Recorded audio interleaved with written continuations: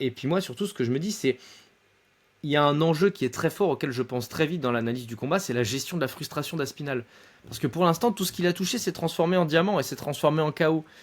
Qu'en est-il? Moi, c'est pas le cardio moi qui m'inquiète. Aucune inquiétude là-dessus. En plus, ce mec, il a tellement peu combattu avant qu'il a qu'il a un réservoir qui est faible, donc il a de la durabilité, il peut résister aux coups. Je suis pas inquiet là-dessus. Par contre, quand tu as l'habitude que les choses se passent comme prévu, le jour où ça ne marche pas, comment tu réagis? Et c'est aussi comme ça, et c'est aussi par ce biais-là qu'on décèle ce qu'est un champion. Pour le coup, ce qu'on peut dire, c'est que pendant 2 rounds et demi, Cyril, il a fait la leçon à Francis, qui est un profil, qui est un profil ô combien peut-être plus dangereux, je sais pas, enfin, c'est difficile à dire parce qu'il y a des chaos de partout dans les deux sens, mais la zone de mort qui est capable de créer Francis, je sais pas si, et avec le charisme, l'aura qui dégage aussi, je sais pas si la finale peut dégager ça dans une cage, en tout cas en l'état. Donc, si tu as un Cyril qui est très fort sur les avant-arrière, ça, franchement, c'est une des forces de Cyril.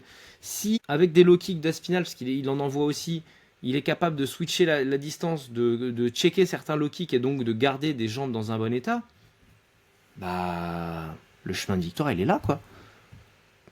Quitte à faire de la boxe à distance, de la boxe en gestion et rendre le combat peu palpitant pour ce qu'est d'habitude les poids lourds.